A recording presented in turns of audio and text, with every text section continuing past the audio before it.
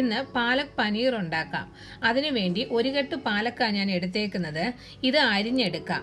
തണ്ടുമെല്ലാം ഞാൻ ഉപയോഗിച്ചേക്കുക. തണ്ട് ഉപയോഗിക്കുന്ന ഇഷ്ടമല്ലാത്തവരാണെങ്കിൽ ഉപയോഗിക്കണമെന്നില്ല. അരയ്ക്കാനുള്ളതാ, അതുകൊണ്ട് ഒത്തിരി ചെറുതാക്കണമെന്നില്ല. ഇത് കുറച്ച് നേരം, അതായത് ഒരു 15 മിനിറ്റ് വെള്ളത്തിലൊക്കെ ഇട്ട് വെച്ച് നല്ലതുപോലെ കഴുകിയെടുത്തേക്കുന്നതാ.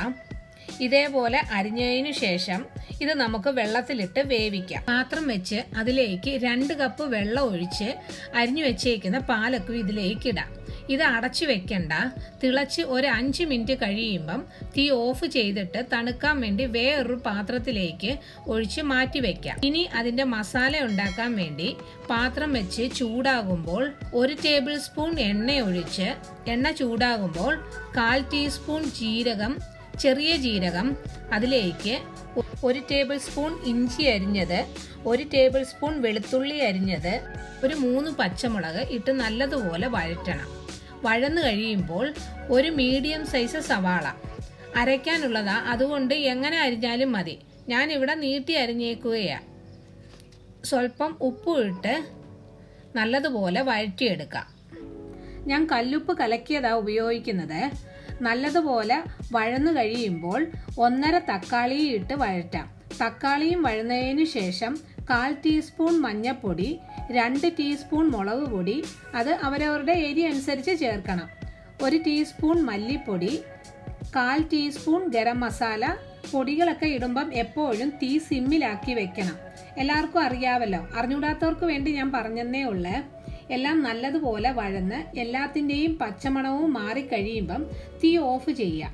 നല്ലതുപോലെ തണുത്തതിന് ശേഷം നമുക്കിത് അരച്ചെടുക്കാം. എളുപ്പം തണുത്ത് കിട്ടാൻ വേണ്ടി പാലക്കാറാൻ വെച്ചിട്ടുണ്ടായിരുന്നല്ലോ, അതിലേക്ക് ഇട്ട് കൊടുത്തു. ഞാൻ നല്ലതുപോലെ തണുത്ത് കിട്ടിയിട്ടുണ്ട്.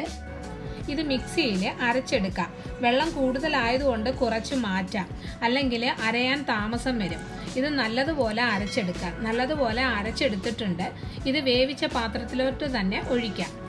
മാറ്റി വെച്ചിരുന്ന വെള്ളം മിക്സിയിൽ ഒഴിച്ച്, വേണമെങ്കിൽ കുറച്ച് വെള്ളം വേറെ ഒഴിച്ച് കലക്കി ഇതിലേക്ക് ഒഴിക്കാം.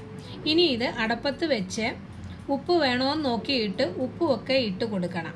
1 ടേബിൾ സ്പൂൺ കസൂരി മേത്തി, അത് കയ്യിലെടുത്തിട്ട് ഇതേപോലെ പ്രസ് ചെയ്ത് പൊടിച്ചിട്ടാൽ മതി. ഇതിലേക്ക് ഇടയ്ക്ക് ഇളക്കി കൊടുക്കണം. നല്ലതുപോലെ തിളച്ച് കഴിയുമ്പം 1/2 കപ്പ് തേങ്ങാപ്പാൽ, അല്ലെങ്കിൽ ഫ്രഷ് ക്രീമോ കാഷ്യൂനട്ട് അരച്ചതോ ഉപയോഗിച്ചാലും മതി.